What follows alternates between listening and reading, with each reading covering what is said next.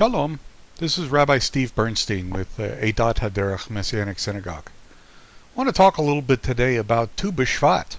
This is a commemoration or a marking of a time that is not in Torah per se, but is celebrated as a part of the keeping of Torah. Now, Torah teaches us that when you plant a tree, for the first 3 years, you're not allowed to eat the fruit. And in the 4th year, all of the fruit that you gather should be donated to the temple. And in the 5th year, then you can eat the fruit. But of course, 10% is given to the temple. So for the first 3 years, the fruit of a tree that you've planted is called orla. It is not allowed to be eaten. It's prohibited. So here's the problem. If you've got a completely planted orchard, that you planted all of the trees and everything is nice and orderly and they're in perfect rows and you can keep track, then I guess to one extent or another you could go around and all the new seedlings that you see sprouting you could mark and they could have happy birthday. But this isn't really practical, because that's not how trees are, that's not how a lot of orchards are. And if you're gathering from trees that are not necessarily planted by you, but just in an area where there's a lot of fruit trees, so how do you know if a tree is 1 year old or 2 years old or 3 years old? So the sages set aside the day of Tu B'Shvat to say, if there is a seedling in the ground that wasn't there last year and it's there this year, now we start counting the 3 years. So that any tree that passes the third Tu B'Shvat we know is 3 years old, and that the fruit is no longer orla, you can begin gathering it to give it to the temple. And so this day every year was celebrated as a day of trees, to celebrate for trees and the fruit of the trees that was eaten. God sustains us with the fruit of the tree. We have the blessing when you eat the fruit of the tree. We say Borei Pri Ha'etz. All of these things are commemorated around this day, Tu B'Shvat. Tu meaning the 15th of Shvat, that's this month.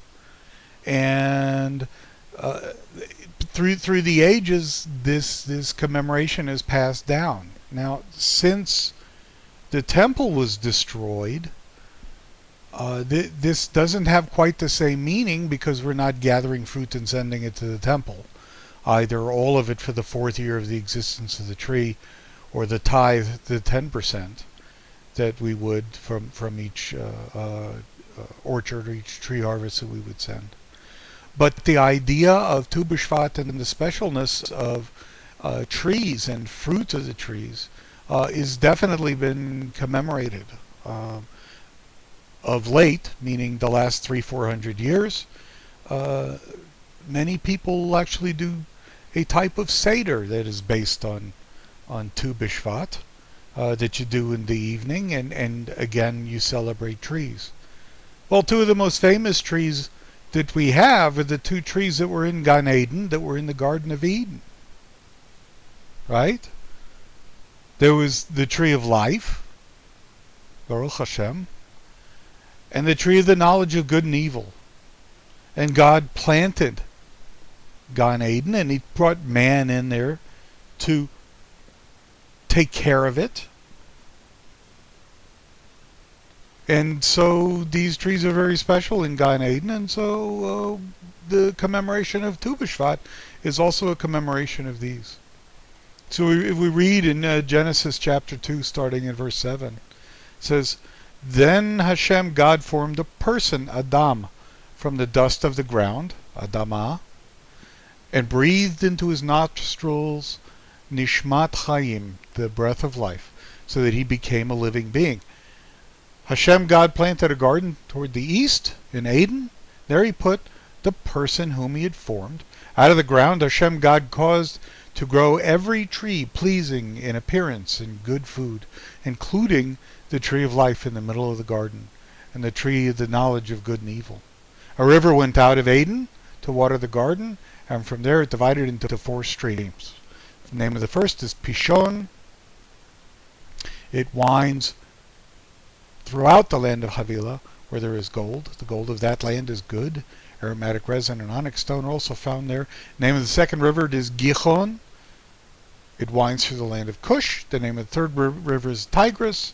It is the one that flows toward the east of Ashur. And the fourth river is Euphrates. Hashem, God, took the person and put him in the Gan Eden to cultivate it and care for it. Hashem, God, gave the person this order: you may freely eat of every tree of the garden except for the tree of the knowledge of good and evil.